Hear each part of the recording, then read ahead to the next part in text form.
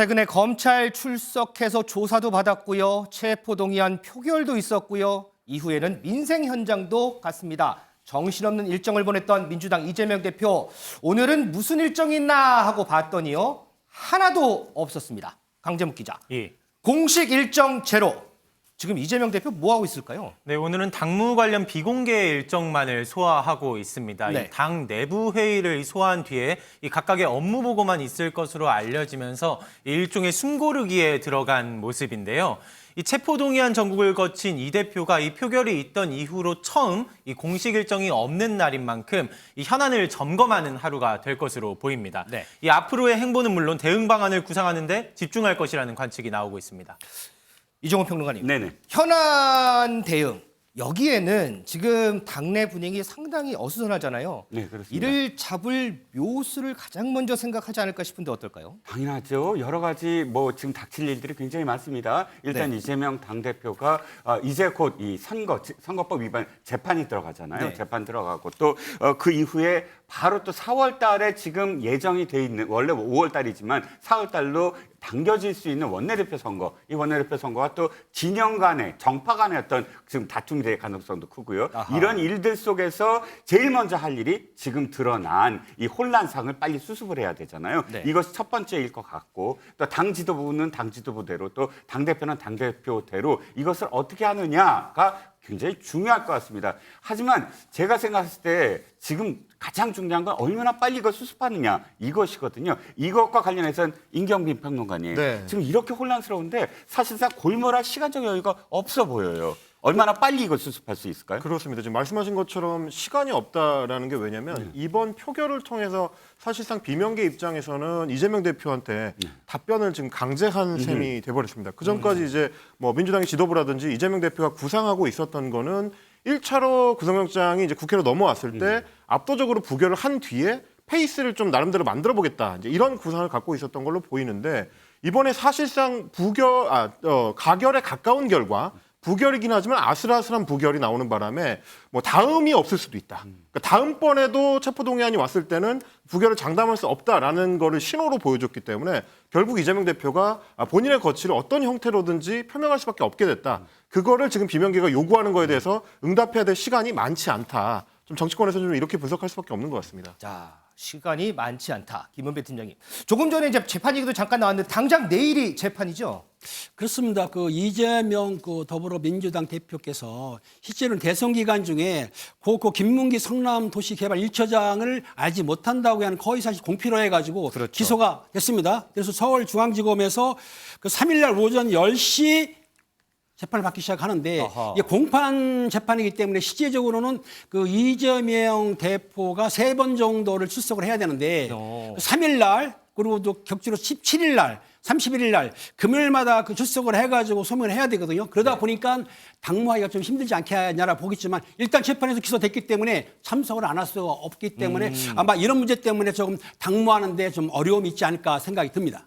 이 재판이요. 지금 민주당도 상당히 귀추를 주목하고 있는 게요. 보니까 이 재판 결과에 따라서 400억 원 넘는 돈을 선관위에다 또 반납을 할 수도 있더라고요. 그렇습니다. 이제 우리 선거법 같은 경우는 만약에 이재명 대표가 대선 후보로 출마했던 그 선거에서 불법적으로 이제 선거 운동을 해서 네. 그게 만약에 유죄로 판명이 날 경우에 최종적으로 대법원에서 확정 판결이 되게 되면은 민주당이 그 당시에 대선 활동을 통해서 우리 선관위로부터 이제 보전받았던 비용을 물어내야 됩니다. 그 선거운동 자체가 불법적이었던 게 되는 셈이기 때문에 아하. 그러면 민주당이 그때 대선 때 썼던 비용으로 보전받은 게 434억 원인데 네. 이렇게 되면 이 돈을 만약에 토해내게 되면 민주당 입장에서는 사실상 당의 문을 닫아야 될 수준의 괴멸적인 타격을 입게 되는 거거든요. 그때 보존받았던 거 고스란히 다 반납을 해야 되나요? 그렇습니다. 근데 이제 사실은 대선 때 쓴 돈만 거기 들어가 있는 게 아니고 그 뒤로도 민주당이 사용했었던 정당 활동 비용 같은 것들이 다 이제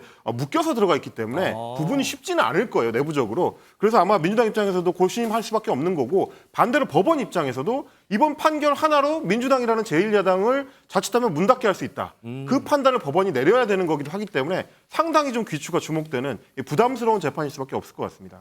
이종훈 평론가. 네. 지금 검찰 입장에서도요. 어쨌든 지금 백현동 문제라든지 대북 송금 의혹 같은 경우에 추가 구속영장 청구 가능성을 지금 열어놓은 상황이지 않습니까? 네. 그렇기 때문에 그런 상황에서 어쨌든 이재명 대표에 대한 재판이 처음 열리기 때문에 네. 이 재판에 검찰도 좀 촉각을 곤두세울 수밖에 없을 것 같아요. 네, 그렇습니다. 검찰은 정무적 판단을 하는 기관은 아니죠. 네. 그러니까 그렇지만 가장 먼저 생각해야 될 게 공소 유지입니다. 공소를 계속 유지할 수 있을 정도의 증거가 확보되느냐, 그것이 가장 큰 문제고 또 하나의 문제가 생겼습니다. 바로 체포 동의안 가결이라는 허들을 넘어야만 이재명 당대표를 지금 구속을 한 다음에 기소로 연결되지 않겠습니까? 그런데 이 재판에 대한 영향은 이렇게 되겠죠.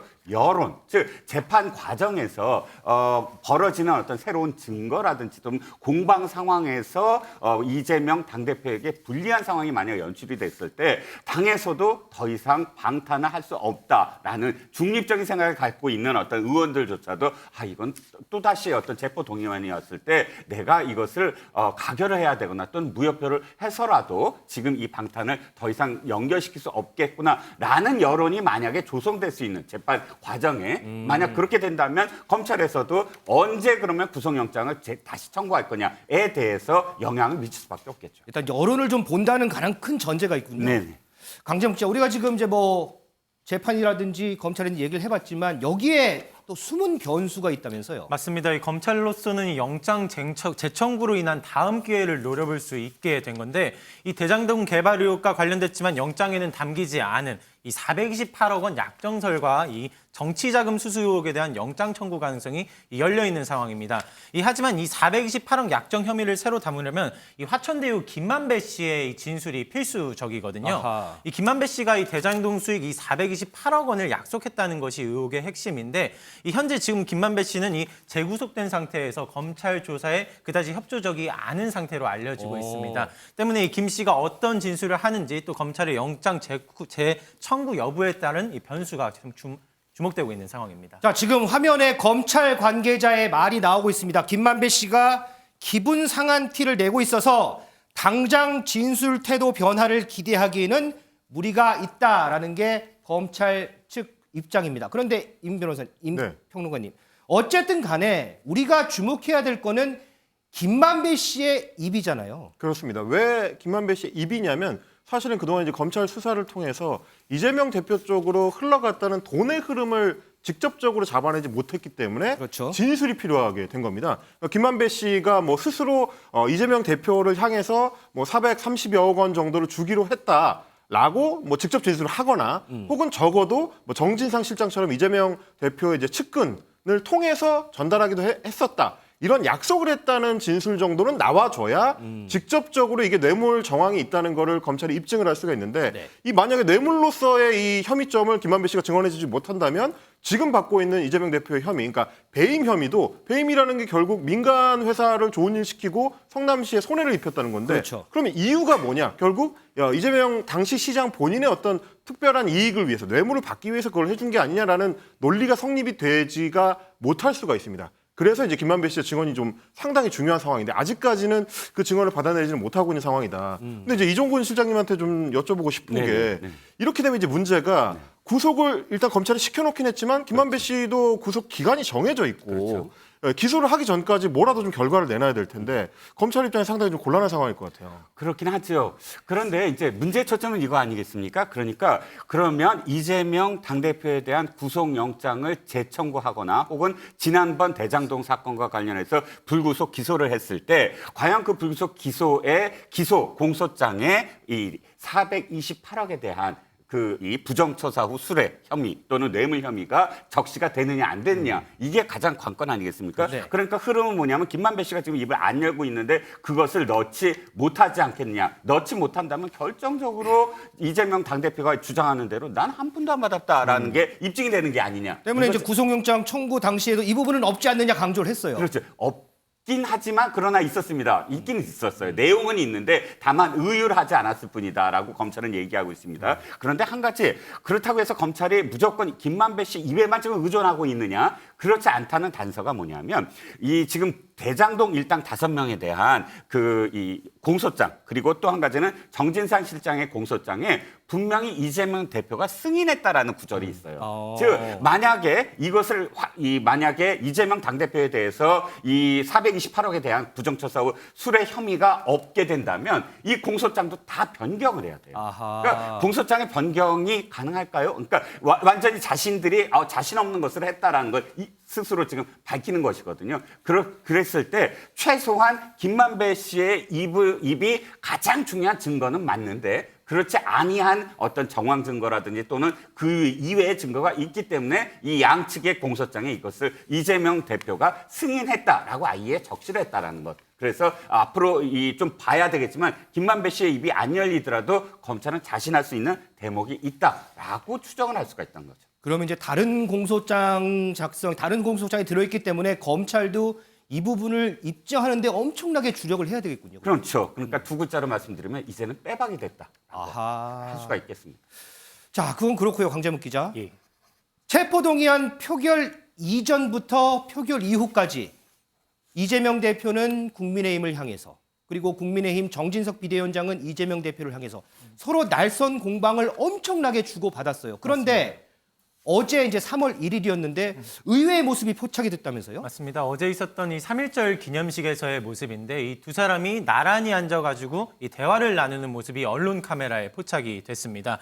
이 말 한마디 안 나눌까 싶은 이 양측의 비판과는 사뭇 다른 모습이 포착이 됐었던 건데요. 네. 하지만 그게 무섭게 바로 또 오늘 국민의힘 비대위 회의에서는 어김없이 다시금 이 대표 사퇴를 촉구하는 목소리도 있었습니다. 저희가 영상으로 준비했습니다.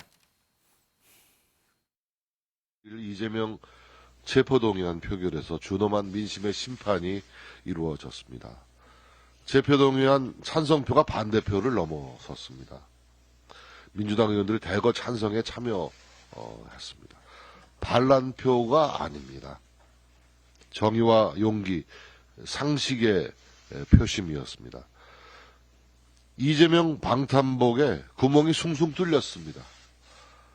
그런데 이재명 의원은 죽창가와 개딸들을 앞세워 위기 탈출을 시도하고 있습니다. 잠시 좋아 보이는 듯한 모습도 있기는 했었지만 이에 질세라 이재명 대표 역시도 이 정순신 국가수사본부장이 낙마 사태를 언급하며 이 윤석열 정부의 인사 난맥상을 오늘 비판하기도 했습니다. 이종호 평론가님. 네. 아까 조금 전에 3.1절 기념식 화면 다시 한 번만 좀 보여주실래요? 지금 이제 화면 나오는데 네. 보면은 이재명 대표하고 정진석 비대위원장 이제 나란히 앉았어요. 근데 화면으로 봐도 두 명이서 뭔가 이렇게 소곤소곤 얘기를 하는 것 같아요. 네. 무슨 얘기를 할까요? 좀 추론을 좀 해볼까요? 예, 제가 이제 정치부 기자 있을 때 저런 광경에서 나중에 또 물어봅니다. 실제로 네. 무슨 말씀 나누셨어요? 했는데 끝나고 이제 기자들이 물어보겠죠. 예. 대개는 뭐라고 하시냐면 별 얘기 안 했어 하세요. 그러니까 사실 그 얘기가 굉장히 중요한 것 같지만 중요하지 않더라도 양측 다 기자들의 어떤 플래시가 계속 오는 거 알고 있거든요. 그러면 무엇인가 이야기를 하는 장면을 연출한다라는 그런 의미로 어떤 의미라도 상관없다. 그러니까 그 한두 마디를 서로 나누는 그리고 곧게 끄덕이는 장면을 사실상 서로 합의하에 연출한 것. 이게 거의 다 정답이지 거기서 무슨 의미 있게 어떤 3.1절과 관련해서 또는 최근에 어떤 그런 정치 상황과 관련해서 이야기를 나누지 않는다라는 게 사실 정설이거든요. 중요한 건 저 사진 한 컷이 굉장히 중요하다. 저 동영상 한 장면이 중요하다. 양측 다 여유 있는 그런 모습을 연출하는 게 중요하다라는 겁니다. 어쨌든 지금 이제 상황이 있으니까 서로 얘기를 안 하고 있으면 안 하고 있다고 또 기사가 또 부정적으로 날 것이고. 그렇죠. 양측 다 그게 불리한 거죠. 부정적인 어떤 외면하고 있거나 이러면 굉장히 속 좁은 적재, 협량의 정치인으로 보이거든요. 그렇군요. 자, 김은배 팀장님, 다시 이제 민주당 상황으로 좀 돌아와 볼게요. 네네. 요즘에 민주당의 이 청원 게시판 아주 불이 나는 것 같아요. 그렇습니다. 또 이재명 대표의 강성 지지층이 있죠. 개혁의 딸들하고 강성 의원들이 실제적으로 이번에 체포 동의안에 찬성표라든지 무효 기권한 게 한 20% 된다고 보는 거예요. 네. 비명계들이 혹시 이재명 대표를 몰아내기 위한 수순이 아니냐 싶어가지고 지금 적극적으로 반감을 갖고 있는데 그 민주당 권리당원 청원 게시판을 보게 되면 오늘 오후 2시 기준을 봤습니다. 봤더니 박지원 출당 권유 및 징계 청원이 그 61,838명이 동의를 했습니다. 자, 그런데 박지원 전 비대위원장 이재명 대표에 대한 체포동의안 가결시켜야 된다 이렇게 주장을 했었죠. 그렇죠. 그러니까 그 61,838명이면 민주당에서는 5만 명 이상이 동의하게 되면은 답변을 내놔야 되거든요. 맞아요. 답변을 내릴 상황이 됐고요. 또 하나 또 이낙연 당에서 영구 제명 청원이 올라왔는데 이것도 21,275명이 동의했기 때문에 실제적으로 계획의 딸들하고 민주당의 강성층하고는 아마 비명계를 몰아낼 생각인 것 같아요. 그렇기 때문에 비판도 하고 이런 동의에 전부 적극적으로 찬성을 하는 것이죠. 이종호 평론가님 지금 보면 이 청원 게시판뿐만 아니고 문자들도 엄청 가잖아요. 그 당시 부결하셨습니까? 가결하셨습니까? 이런 거 묻는 그 문자요. 근데 오늘 아침인가요? 인터뷰를 보니까 친명계로 분류되는 정청래 최고위원한테도 문자가 왔다고 하더라고요. 네네. 자, 그러면 상황이 지금 이러면 어쨌든 우리가 지금 예상하기로는 검찰이 제2, 제3의 구속영장을 청구할 거다라는 예상이 나오잖아요. 그러면 어쨌든 체포동의안 표결은 또 이루어질 거고 이런 상황에서 이렇게 내부 단속 가능할까 싶기도 합니다. 제가 예를 한번 들어드릴 수 있어요. 사례가 있습니다. 2004년도에요. 한나라당의 박창달 의원이 네. 어떤 그 술의 혐의로 지금 체포동의안을 왔습니다. 근데 당시에 열린우리당 의원들 일부가 가결을 해준 거예요. 아까 부결을 해준 거예요. 네. 부결에 찬성을 해서 박창달 의원이 당시에 체포동의안이 부결이 됩니다. 네. 그때 똑같은 현상이 벌어져요. 열린우리당의 당사의 20여 명의 그런 좀 열혈 당원들이 뛰어들어가서 점거를 하고 그다음에 색출 작업을 벌입니다. 네. 똑같이 뭐 계속 메일을 보내서 당신 했느냐 안 했느냐. 당신이 만약 안 했다고 한다면 이번에 만약에 그 반란표를 일으킨 사람들이 나중에 나올 때 어떤 처벌을 할 것이냐 얘기해봐라. 이런 식의 강압적인 어떤 그런 이 모습이 보입니다. 역효과가 났어요. 완전히 역효과가 나서 당시에 이런 어떤 색출 작업이 비민주적이다. 한겨레 신문이나 경향신문도 그때 당시에 엄청난 비판했거든요. 그래서 사실은 열린우리당이 나중에 이 지지율이 떨어지는데 상당히 동기가 돼요. 그래서 이게 무마가 됩니다. 근데 저는 이번엔 어떻게 될지 또 궁금하거든요. 그때보다 사실은 더 열혈 지지층이에요. 제가 그래서 임경빈 네. 평론가님께 여쭤봅니다. 이 친명 비명간 파열음 그때 2004년도와 비슷하게 지금 파열음이 빨리 진정이 될까요? 아니면 이게 굉장히 더 지속이 될까요? 근데 지금 2004년 예시를 들어주셨는데 그때도 뭐 비슷하지만 지금도 사실은 이 상황이 쉽게 정리가 안 될 거라고 저도 보는 게 워낙에 갈등의 뿌리가 깊기 때문입니다. 그때도 열린우리당하고 이제 민주당의 갈등 뿌리라는 게 결국 정권이 끝날 때까지도 완전히 해소가 안 됐거든요. 이것도 좀 비슷한 게 2017년 대선 때부터 문재인 당시 후보하고 이재명 후보가 강하게 맞붙으면서부터 시작된 갈등 양상이고 그게 문재인 정부 5년 내내 어떻게 보면 좀 이제 지속이 됐었던 측면이 있습니다. 그 경선 과정에서의 뿌리가 그대로 굉장히 남았다. 깊이 남았고 특히 지지층에서는 그게 해소가 잘 안 됐거든요. 그게 결국은 지난 대선 때도 마지막까지 민주당 내부 결속이 완전하게 이루어지지 않았던 결과로 끝났는데 이번에도 마찬가지로 이 색출 작업을 한다고 해서 결국 누군지 완전하게 밝혀낼 수 있는 것도 아니고 지지층의 갈등 상황을 뭐 정치인들이 나선다고 해가지고 완전히 설득할 수 있는 것도 아니고 심지어 지금 이재명 대표나 지도부에서도 안 했으면 좋겠다고 하는데도 안 되지 않습니까? 이것도 사실 쉽지 않을 것이다. 그렇기 때문에 이 갈등 관계가 민주당이 오래 잠재하면서 계속되는 갈등의 요소로 남아있을 가능성이 더 크다. 저는 좀 그렇게 봅니다. 민주당 의원들 오늘도 여러 곳에서 인터뷰를 진행했는데 우리 의원들 얘기 한번 좀 듣고 오겠습니다. 이번에 이 표결 이후에 소위 친명 쪽이라고 하는 일부 의원들이 그 공천권 보장을 거래하려다가 그게 안 되니까 뭐 이런 반란을 일으켰다, 뭐 비열한 트릭을 썼다 이렇게 아주 좀 특히 좀 거북살스러운 말씀들을 좀 하시는데 경선만 생각한다면은 지금 경선을 담당할 가능성이 높은 체제, 말하자면 지금 현 체제, 이 가급적 협조적인 게 더 편하겠죠. 이번 체포동의안은 검찰의 무도한 야당 탄압과 그리고 잘못된 수사, 표적 수사, 과잉 수사 이러한 것에 대한 체포동의안과 검찰의 수사에 대한 성격을 규정하는 어떤 상황이었거든요. 그런데 일방적으로 어떻게 보면 검찰 손을 들어준 것이었고 또 이것이 함께하는 동지를 어렵게 함께 같이 싸워내야 된 동지를 절벽에서 밀어버리는 그런 것과 마찬가지였기 때문에 저는 매우 부적절했다는 겁니다. 임평론가님, 지금 얘기를 네. 들어보면 어쨌든 감정적으로 그렇게 좋은 상황은 아닌 것 같아요. 이런 상황에서 조금 전에 잠깐 언급이 나왔지만 다음 달 원내대표 경선이 있잖아요. 자, 그렇습니다. 이 부분은 또 어떻게 좀 흘러갈까요? 그러니까 이제 원내대표가 이 시점에 중요한 이유가 뭐냐면 비명계 입장에서 봤을 때는 만약에 이재명 대표 체제를 끌어내리게 되면 그 다음에 비대위원장을 선임할 권한이 이제 원내대표한테 있게 됩니다. 그래서 다음 원내대표가 친명계가 되느냐 비명계가 되느냐에 따라서 만약에 비상사태가 발생했을 때에 당의 어떤 그 판도가 달라질 수 있기 때문에 좀 비명계에서도 상당히 좀 칼을 가는 양상이고요. 그래서 다음 달에 있을 원내대표 선거가 사실상 이재명 대표 체제의 향배를 가를 수 있는 가늠자가 될 수도 있다. 굉장히 좀 귀추가 주목되는 상황입니다. 자, 이 민주당 당 분위기와 연관된 변곡점들이 하나둘씩 좀 늘어가는 것 같습니다. 그런데 이 것들이 어떤 결과로 기결이 될지 아직은 좀 예측을 정확하게 할 수 있는 부분은 없는 것 같습니다.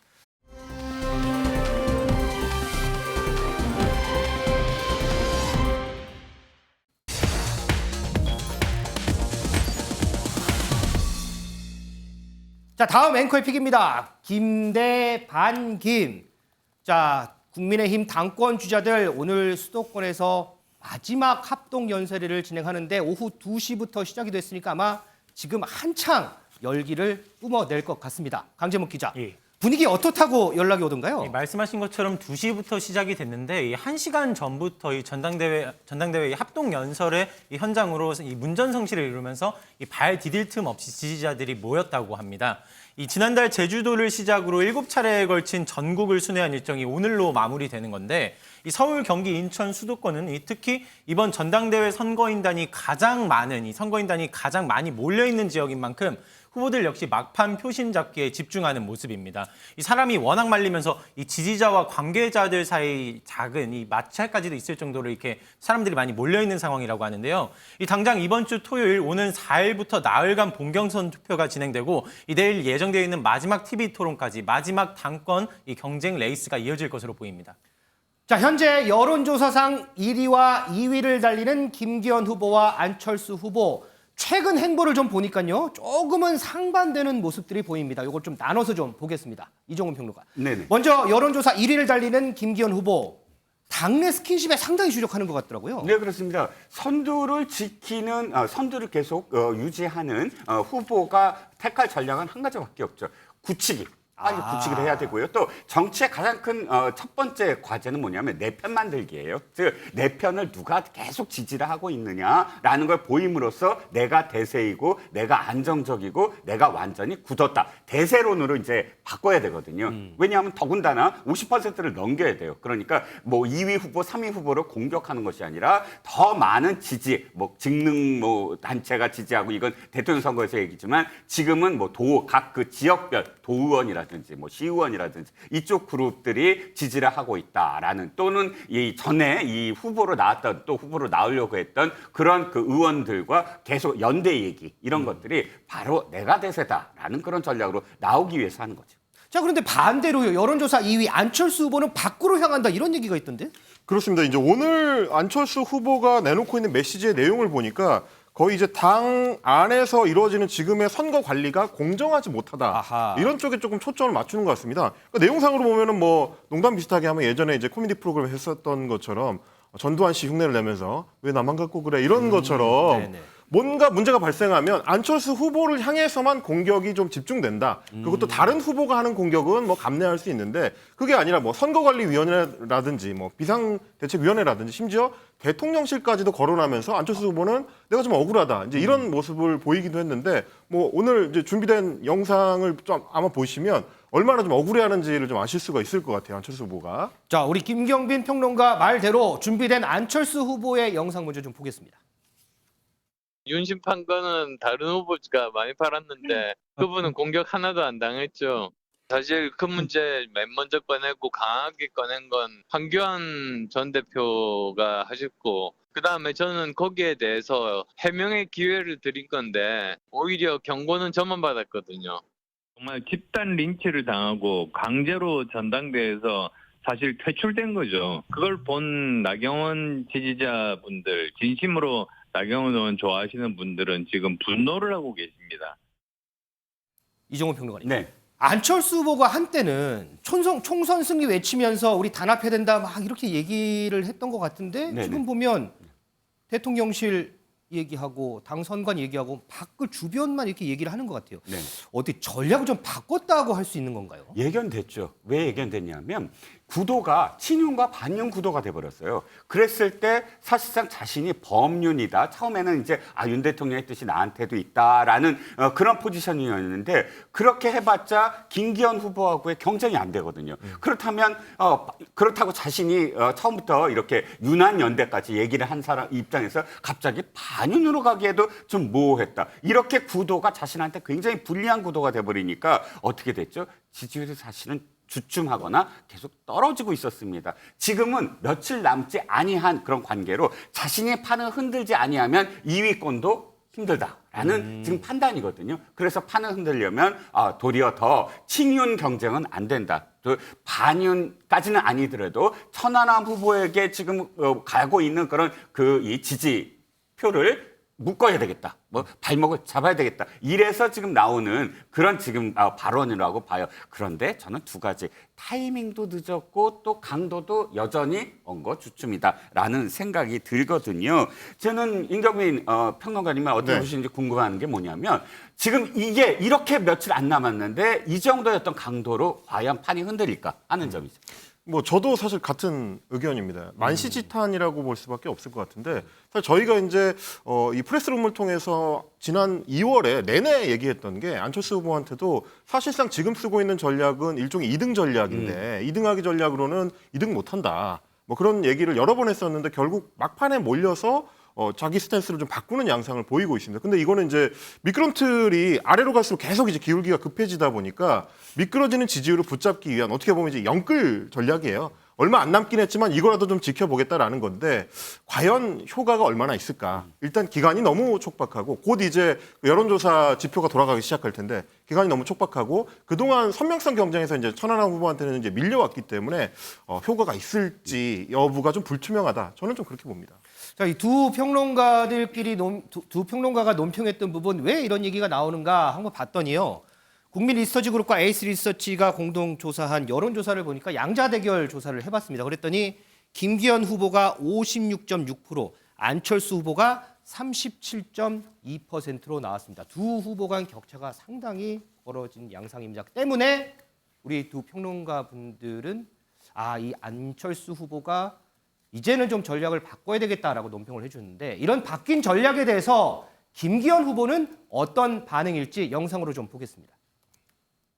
안철수 후보가 대통령실뿐만 아니라 비대위, 선관위가 모두 공정하지 못하다 이렇게. 그냥 본인의 선거 캠페인이죠. 새삼스럽게 와서 이제 또 엉뚱한 얘기를 하실지 모르겠네요.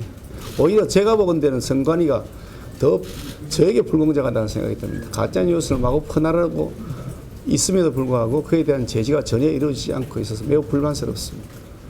안철수 후보가 그럼 총선 승리보다 전당대회 승리만 생각하는 모습이 실망스럽다고 말씀하시는. 총선 승리는 안중에 없고 오로지 상대 후보 흠집내기, 뒷다리 잡기에만 계속 골몰하는 모습이 매우 안타깝습니다.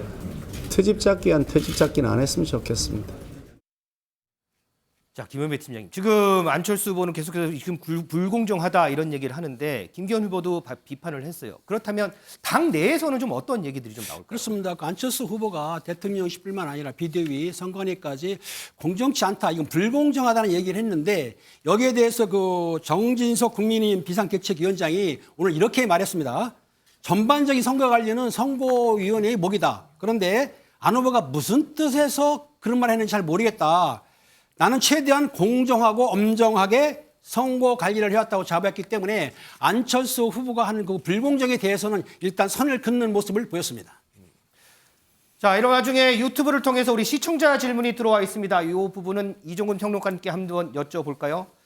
지금 수도권 합동연설회가 진행 중인데 이 수도권 40%의 당심이 움직이는 지역입니다. 여기에서는 안철수 후보가 더 인기인데 이거 더 유리한 거 아닌가요? 이런 질문 들어왔어요. 그런데 지금 이 정당에 그 총선 승리했던 해들을 한번 생각을 해보면 수도권 쪽을 출신으로 하는 당 대표가 있었을 때와 또 영남 쪽에 당 대표가 있었을 때를 한번 비교를 하면 수도권 당 대표는 황교안 대표 딱 혼자였어요. 근데 황교안 대표 시절에 총선에서 참패를 했거든요. 네. 그런데 승리했던 그 3번의 그 선거를 보면 강재섭 대표 아시죠? 네. 대표적인 영남권이었고 또 이회창 대표 시절에도 한번 승리를 했었어요. 네. 충청권이었잖아요. 그렇죠.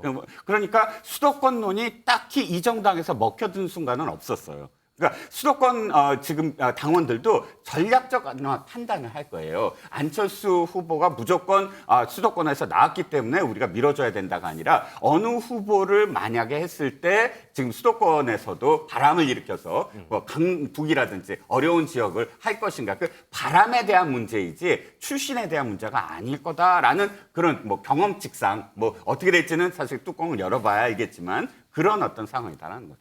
자, 지금 이제 바람 얘기가 나왔는데 안철수 후보 바람을 일으킬 수 있을까요? 이 바람을 일으키기 위해서 지원 사격에 나선 사람이 있습니다. 과연 누굴까요? 영상으로 보고 오겠습니다. 보수 지지층이신 분들이 이제 안철수에 대해서 아직은 잘 모르시고 조금 생소하시니까 아직 좀 낯이 덜 익어서 걱정도 있으실 수 있는데요. 약속을 지키는 사람이기 때문에 그 총선을 승리로 이끌고 그만두겠다고 하는 말이라든지 뭐 거기에 대해서는 아마 남편이 충분히 그동안 신뢰를 쌓았을 거라고 저는 믿고 있고요. 임경희 평론가. 지금 김기경 교수 모습을 봤지만 국민의힘 당원으로 가입도 했어요. 그리고 그렇습니다. 어제 경상남도 경남 책임당원 간담회도 참석을 했고 네. 지금 보신 영상. 이번 전당대회 기간 처음으로 유튜브 방송에도 출연을 했어요. 자, 이런 부인의 이 같은 내조. 폭발력 얼마나 조금 발휘할 수 있을까요?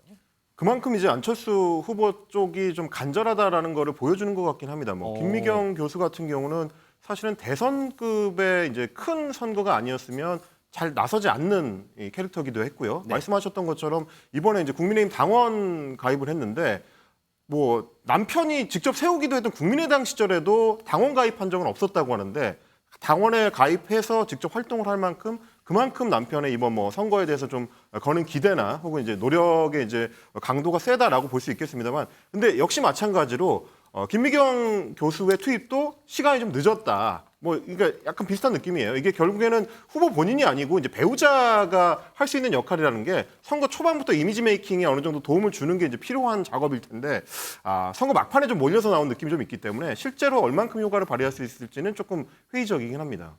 자, 이종훈 평론가님. 지금 최근 나온 여론조사를 보면 김기현 후보가 45.9%, 안철수 후보가 23%. 거의 김기현 후보가 1위를 좀 추이를 계속 보면 1위를 좀 붙여가는 모양새예요. 그렇다면 관심은 자 1차 투표에서 과반을 넘어서 끝낼 것이냐 아니면 과반 달성에 실패해서 결선으로 갈 것이냐인데 김기현 후보는 1차 투표에서 앞선 거두겠다 이런 목표거든요. 자, 한번 예상을 좀 해볼까요? 김기현 후보 목표대로 갈까요? 반반입니다. 현재까지는. 반반이에요? 예, 반반이라고 생각되는 게 일단 가능하다라고 하는 지점은 나머지 세 후보가 지금 뭐 보여주고 있는 선이에요. 추세선. 안철수 후보 아까 말씀드렸지만 임경빈 평론가님 생각처럼 좀 늦었어요. 타이밍이. 빨리 변신하고 빨리 나갔어야 됐는데 지금은 좀 하락세거든요. 천하람 후보 올라가고 있습니다. 하지만 천하람 후보가 독자적인 어떤 지금 그 이 투표 아까 그 어떤 캐릭터를 형성하지 못하고 있는 게 좀 아쉬워요. 이준석 대표가 도리어 지금 사실 안 좋은 방향으로 공중전을 펼쳐주고 있다. 왜냐하면 이준석 대표가 이야기하는 것이 천하람 후보에게 도움이 되는 것도 있겠지만 도리어 이준석 대표로 이 스포트라이트가 다 가버리거든요. 천하람이라는 이 본인의 어떤 캐릭터가 구축이 되지 아니한 상태에서의 이준석 대표의 지금 공중전이 도리어 더 한계점을 지금 이게 정점이다. 여기서 더 치고 올라가지 못하는 어떤 상황이 만들어졌고요. 황교안 후보는 딱 한 가지예요. 이 지금 네거티브가 굉장히 주목을 받아요. 이 황교안 후보의 어떤 캐릭터답지 않게 막 공격을 하죠. 사퇴하세요. 그래서 처음에는 스포트라이트를 받았습니다. 근데 이게 뭐냐면 황교안 후보의 기본 캐릭터와는 정반대돼요. 황교안 후보는 원래 안정적이고 또 전문적이고 이런 캐릭터인데 도리어 그런 점을 부각시키지 않고 굉장히 파이터로 지금 바뀌었거든요. 이게 지금 이중적인 어떤 상황이 돼버려서 지지율이 정체돼요. 이 세 후보의 지지율이 더 다른 어떤 국면을 맞이하지 않는다면 지금의 상황에서는 계속 좀 더 대세론이 굳어질 수 있다는 거죠. 이경영 평론가님, 지금 뭐 다른 국면 얘기를 했지만 네. 어쨌든 1차로 끝날 것이냐 결선으로 갈 것이냐 지금 전당대회 이제 6일 남았습니다. 네. 다른 국면으로 갈 수 있는 변수 또는 다른 국면으로 갈 수 없을 변수들이 뭐가 있을까요?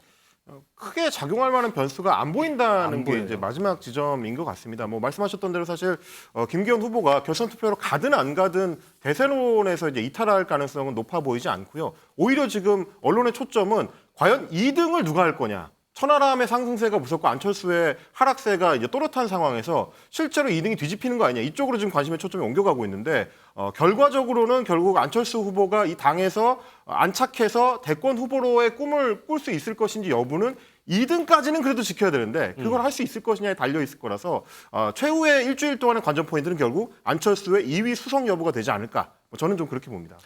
국민의힘 전당대회 6일 남았습니다. 6일 남은 오늘 시점에서의 당권 주자들 소식 알아봤고요.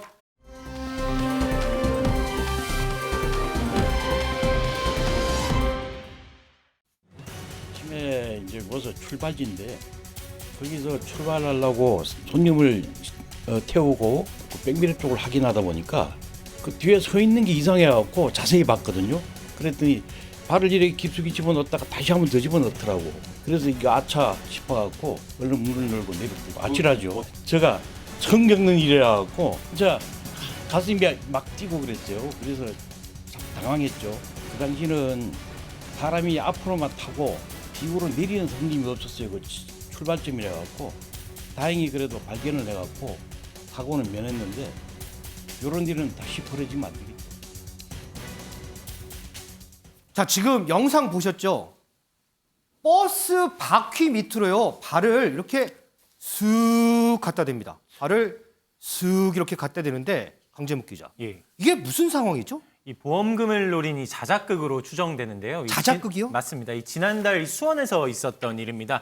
이 영상을 좀 보고 오셨지만 이 정류장으로 버스가 한 대 들어오는데 이 통상 승객이면 앞문으로 타야 되잖아요. 네. 그런데 뒷좌석 쪽으로 향하더니 이 뒷바퀴에 발을 쓱 놓고서는 아이고, 기다리고 쓱 있던 내밀어, 쓱 장면이 내밀어. 저렇게 포착이 된 것입니다. 네. 이후에 이제 이를 발견한 기사님이 내려서 이게 여성에게 다가가자 황급하게 도망가는 장면이 포착이 된 건데 이를 만약에 발견하지 못하고 버스 기사가 이제 그대로 출발을 했다면은 이 졸지에 기사님이 가해자로 몰릴 수 있었던 그냥 밟고 가는 거잖아요. 맞습니다. 그렇기 때문에 가해자로 몰릴 수가 있는 상황인데 아마 저 여성이 지금 보험금과 피해 보상금 등을 이 타내기 위해 고의적으로 사고를 유도한 것 같다는 추정이 나오고 있는 중입니다. 야, 임경민 평론가님. 지금 근데 더 황당한 건 이런 일이 이게 한두 번 있었던 일은 아니라 그러더라고요. 그렇습니다. 이게 인터넷 커뮤니티에는 종종 올라오는 일이긴 한데요. 지난해 같은 경우도 지난해 7월에 경기도 용인시에서 있었던 일이 한 여성이 버스에서 내린 다음에 자기 가방을 옆에 내려놓더니 버스 뒷바퀴에다가 자기 발을 쓱 이번 경우처럼 비슷하게 집어넣었다는 겁니다. 그러니까 이제 이게 보니까 조금 전에 본 거는 왼발 넣는데 지금 보니까 오른발 넣네요. 오른발을 이거는. 넣었었죠. 예, 그걸 보고 이제 버스 기사가 깜짝 놀라가지고 내려서 이거 무슨 일이냐라고 했더니 심지어 이제 이 사람이 또 발을 쓱 빼더니 아이고 죄송합니다. 그러고 자기 갈 길을 갔다는 거예요. 예, 그만큼 이런 식의 뭐 어떻게 보면 이제 일종의 보험 사기 행각 같은 게 종종 일어나는 건데 그래서 사실 김은배 팀장님께 좀 여쭤보고 싶은 게 뭐 경찰 생활을 오래 하셨으니까 혹시 이런 유형의 뭐 사고들이 좀 종종 있는 일인가요? 어떤가요? 그렇습니다. 보험 사기가 종종 있는데 보통 좁은 골목길에서 여성분이 운전하고 지나가면은 그 사이드미러 아시죠? 그걸 지나가면서 손목을 탁 쳐요. 손목치기. 그다음에 바퀴 위에 발을 살 때면 발치기 정도로 해가지고 그 보험을 접수하는 게 아니고 내가 바쁘니까 임산부다 힘들다 해가지고 현찰을 주고 받거든요. 이런 보험 사기를 하는 건 있는데 이번 같은 경우에는 버스지 않습니까? 큰 도로예요. 컨트롤고 대낮입니다. 네. 사실상 거기에 발을 넣었다는 거는 버스에는 그 CCTV가 있거든요. 폐쇄로가. 그 안에 있죠. 예, 안에도 있고 밖에도 있습니다. 아, 밖에도 그런데도 있어요? 불구하고 발을 넣었다는 거는 좀 특이한 수법이거든요. 이런 범죄를 했을 경우에 보통 현찰을 받게 되면 사기죄가 성립이 되고 또 보험범죄 방지 특별법이 있습니다. 이건 뭐냐면은 10년 처벌 받게 되면은 10년 이하 징역이나 5천만 원 이하 벌금이에요. 일반 사기죄는 10년 이하 징역이나 2천만 원 이하의 벌금인데 보험사기 범죄는 좀 더 과중하게 처벌을 하거든요. 그런데도 불구하고 이렇게 하는 것은 아마 이 나왔던 사진에 있는 피의자 같은 경우에 여러 번 수법을 하지 않았나. 성공을 했을 수도 있기 때문에 같은 수법을 계속 쓰는 겁니다. 지금 이 발각된 게 처음은 아닐 아닐 수도 수도 있죠. 있다. 네. 이종호 평론가님. 네네. 와, 진짜 보험금이 솔직히 얼마나 되는지는 모르겠어요. 그렇죠. 얼마 되는지 모르겠는데 네네. 이렇게 본인 몸까지 상해가면서 이렇게 해야 될까요? 그런데 지금 팀장님께서 말씀해 주셨듯이 한 번 한 사람이 아니라 여러 번 한 사람입니다. 할 수도 있다라는 거죠. 아, 그렇죠. 뭐 여러 번 할 수 있었던 가능성 우리가 전제로 한다면 이것도 역시 수번의 어떤 뭐 연습이라든지 뭐 이런 거를 통해서 가장 자신의 어떤 상해를 적게 하면서 보험금을 증폭시켜서 받을 수 있는 정도의 상해. 그런 쪽으로 계속 한다는 것이죠. 그래서 실질적으로 발을 집어넣어갖고 뭐 큰 어떤 상해를 받는다기보다 저 정도면 출발할 때 살짝 넘어가는 것이거든요. 그리고 자신은 넘어져서 이게 아프다 하면서 정신적 피해 보상금이나 내가 일을 하는데 일을 하는 것에 대한 보상까지 다 받아내면 자신이 받는 어떤 치료비나 정신적인 진짜 피해보다 훨씬 많은 돈을 받아낼 수 있다라는 계산이 나오기 때문에 이런 행위를 하는 거죠. 야, 이 버스 무게가 얼마인데 이게 슬쩍 한다고 해서 그게 슬쩍 넘어갈까요? 글쎄요, 자기 몸까지 이렇게 상해가면서 꼭 이렇게 해야 되는지 모르겠는데 어쨌든 이번 픽은 저는 아무리 봐도 제 입장에서는 좀 이해는 안 가는 그런 픽이었습니다.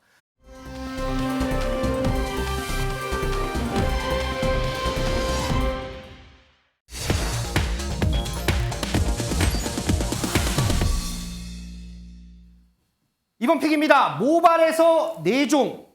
강재묵 기자. 예. 4종, 4종. 뭐가 4종인가요? 이 배우 유아인 씨가 이 투약한 것으로 의심되는 마약 성분 개수입니다. 마약 성분이요? 맞습니다. 이 유아인 씨 모발에서 이 코카인과 케타민까지 검출된 것으로 이 뒤늦게 알려진 건데요. 이 앞서 양성 반응을 보인 프로포폴 대마뿐 아니라 이 두 개분의 의심 마약 성분이 추가된 것입니다. 이 소변 검사를 통해서는 일주일 안에 투여한 마약만이 검출이 가능한데 이 모발 검사를 통해서는 이 1년 이내 마약류를 대부분 확인할 수 있는 것으로 알려져 있거든요. 이 검출 결과로만 보면 이 유 씨가 최근 1년 안에 총 4종의 마약류를 투약했다는 의심이 가능한 상황입니다. 유아인 씨 모발에서 검출됐다는 4종 다시 한번 정리해 볼까요? 일전에 나왔었죠. 대마 성분 있었고요. 프로포폴 성분 있었고요. 여기에다가 자, 여기 보시는 것처럼 코카인하고 케타민 성분까지 추가로 나왔습니다. 김우현 팀장님. 글쎄 딴 거는 뭐 다 들어봤는데 특히 코카인이요.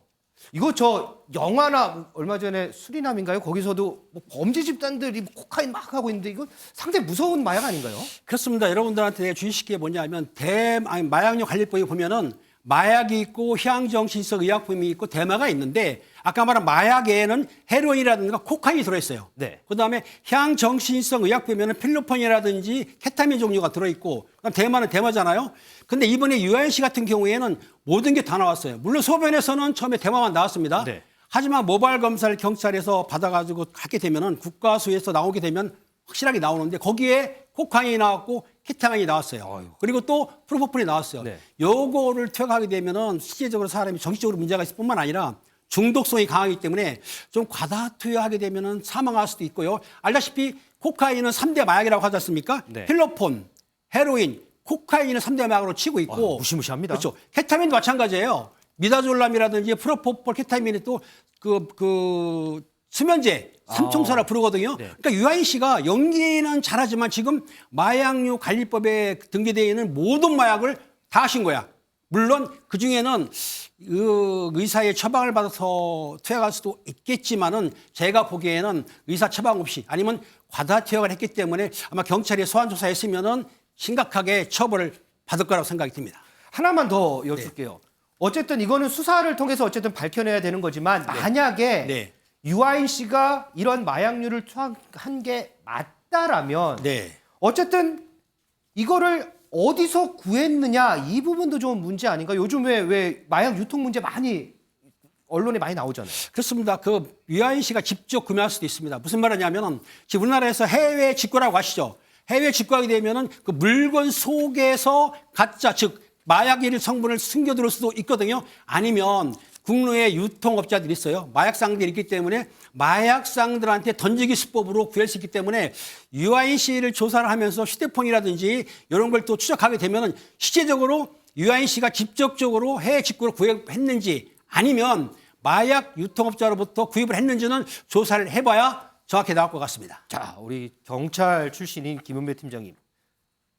딱 찍어서 유튜브에서 시청자 질문 올라와 있어요. 요거 한번 그렇습니까? 답 좀 해주세요. 자, 과한 표정, 행동 이런 게 마약틱이라고 하던데 유아인 씨 방송 인터뷰하는 거를 봤더니 반복되는 제스처 취하고 막 이런 행동이 있었습니다.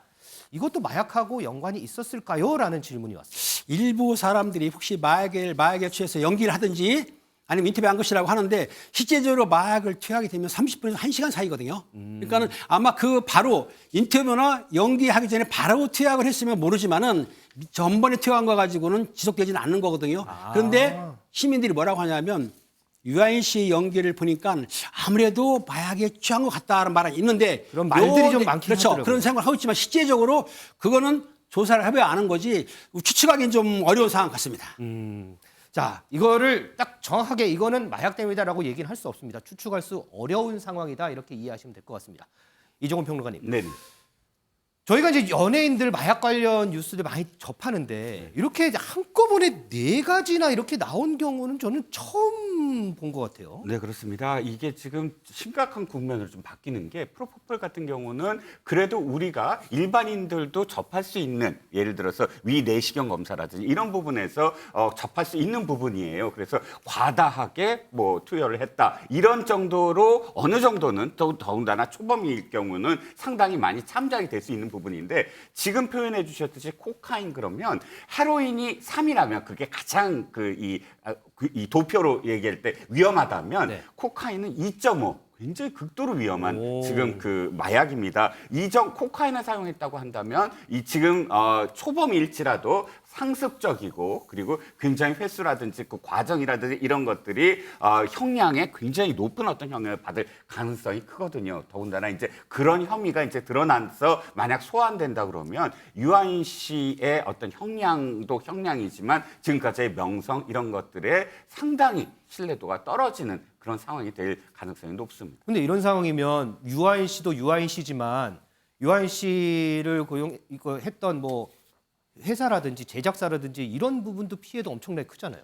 그렇게 될 수밖에 없는 게 특히 이제 영화 배우기 때문에 영화라는 거는 사전 촬영을 다 해서 지금 이미 이제 마무리 작업에 들어간 영화들이 있어요. 그러면 그 제작진들이나 함께 출연했던 배우들이나 거기에 이제 생계를 걸고 있는 제작자들이나 이런 사람들은 막대한 타격을 입을 수밖에 없거든요. 지금 이제 공개가 예정돼 있던 영화 뭐 하이파이브라든지 넷플릭스 영화 승부라든지 이런 작품들 같은 경우는 당장 스탑이 돼가지고 영화의 향배가 어떻게 될지도 모르게 되는 상황이기 때문에 혼자 마약하고 끝나는 게 아니라 막대한 다른 사람들에게까지 피해를 끼칠 수 있는 문제다. 좀 깊은 반성이 필요한 사안이 아닌가 싶습니다.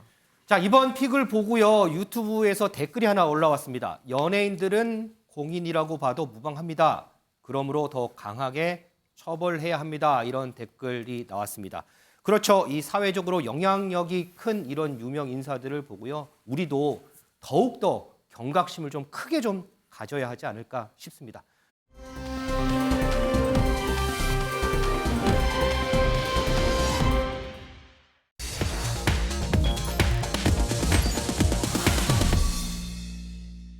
다음 앵커픽입니다. 벗기 어색해요. 뭘 벗기 어색했을까요? 자, 오늘요 전국의 초중고등학교가 입학식을 열고 새 학기를 시작했습니다. 그런데 이번 입학식이요 2019년 이후 4년 만에 자 벗기 어색해요. 마스크를 벗고 하는 대면 입학식이라고 합니다. 강재묵 기자. 예. 자, 이제 마스크 이 해제는 아니지만 어쨌든 권고로 바뀌었어요. 그러면서 우리 학교 현장의 방역 체계도 많이 좀 바뀔 것 같아요. 맞습니다. 우선 학생들 마스크 착용 여부 당연히 자유롭게 할 수 있고요. 이 등교 전 모든 학생과 이 교직원에게 의무적으로 적용됐던 이 코로나19 자가진단 앱 등록 역시 완화됐습니다. 이 또한 급식실 칸막이 설치와 이 등교 시 체온 측정 등 절차도 이 학교장의 자체 판단 아래 자율적으로 앞으로는 시행하게 되는데요. 이 교육부는 오늘부터 2주간을 학교 방역 특별 지원 기간으로 정하고 이 새 코로나 방역 지침이 현장에 안착할 수 있게끔 지원하겠다는 방침입니다. 자, 오늘 새학기를 맞아서 윤석열 대통령도 메시지를 내놨고요. 자, 그리고 지금 화면에 조금 전에 나왔죠. 윤석열 대통령 오늘 전국 유치원과 초중고등학교에서 3년 만에 마스크를 벗고 입학식을 하게 됐습니다. 정부는 앞으로 돌봄과 교육에 대한 국가 역할을 더욱 튼튼히 해 나갈 것입니다. 오늘 새학기를 맞아서 윤석열 대통령 메시지를 내놨습니다. 그리고요, 특히 김건희 여사는 맹학교 입학식에도 직접 참석을 했습니다. 이종우 평론가님. 네네. 입학식에 직접 참석한 거, 영부인이 참석한 거 이것도 좀 근래 보기에는 좀 어려웠던 것 같기도 하고요. 네, 그런데 사실 맹학교, 이 학교라는 어떤 의미를 생각을 해본다면 김건희 여사의 방문이 어떤 의미인가를 조금 더 유추할 수 있을 것 같아요. 이 맹학교가 우리나라에서 110년이나 됐더라고요. 그런데 코로나19로서 사실 정상인들도 비대면, 정상 아동들도 비대면이라는 게 참 힘들지만 사실 정상인이 아니한 그런 이 장애인들의 어떤 학습과 관련돼서는 사실 코로나19가 굉장히 어려운 환경을 조성했었지 않습니까? 그런데 이제 이 맹학교가 드디어 이제 40여 명의 입학식을 지금 거행을 한 겁니다. 대면으로. 그래서 김건희 여사가 특별히 최근에 새롬이라는 은퇴 안내견 이야기를 이야기하면서 새롬이요? 내가 새롬이라고 해서 왜 맹인들을 이렇게 안내하는 안내견이 있지 않습니까? 네. 은퇴한 안내견들이 사실상 굉장히 힘들어요. 왜냐하면 은퇴했는데 그간에 그러니까 맹인들을 안내하는 안내견들은 극도의 자제력을 훈련받거든요. 그렇죠, 그렇기 맞아요. 때문에 은퇴한 이후에는 사실상 그 자신들의 정상적인 어떤 그런 그 삶을 누리기 힘든데 그 은퇴한 안내견을 지금 기르게 되면서 새롬이의 이야기를 하면서 이 맹학교에 이번에 입학생들에게 내가 그렇게 새롬이 같은 그런 역할을 하겠다라고 약속을 했습니다. 그만큼 사회의 어떤 좀 사각지대에 있거나 혹은 사회 소수자들, 약자들에게 대통령 부인이 할 수 있는 역할이 충분히 있다라는 걸 좀 표현한 게 아닌가 싶습니다. 임경민 평론가님. 지금 네. 어쨌든 이제 학교에서도 마스크 착용을 권고해요. 그럼에도 불구하고 그래서 마스크를 이렇게 쉽게 학생들이 벗지는 못하는 것 같더라고요. 근데 뭐 최근 들어서 보면 학생들뿐만 아니라 그냥 거리를 나가도 여전히 밖에서도 못 벗으시는 분들이 많거든요. 근데 이제 특히나 학생들 같은 경우는 뭐 사실 학교 다니는 내내 이제 마스크를 착용하다 보니까 마스크 벗고 친구를 대하기 어색해하는 친구들도 많을 만큼 그만큼 이제 학교에서는 마스크가 일상화돼 있었다는 거고요. 우리가 3년 넘게 코로나19와 사실상 동행해 왔다는 걸 다시 실감하게 되는 건데 일단은 아직 완전히 유행이 끝난 게 아니기 때문에 학생들이 조심하겠다고 하는 건 그만큼 뭐 좋고 이제 권장할 만한 건데 자연스럽게 이렇게 일상으로 좀 돌아가는 과정이었으면 좋겠다 그런 생각이 좀 듭니다. 저희 집에도요, 오늘 입학식하고 새학기 맞은 아이들이 있는데 얼굴을 보여줘야 한다는데 조금 머뭇거리더라고요. 우리 아이들이 학교에서 안전하게 서로 그동안 못 보여줬던 웃는 얼굴들 많이 좀 보여줬으면 좋겠습니다.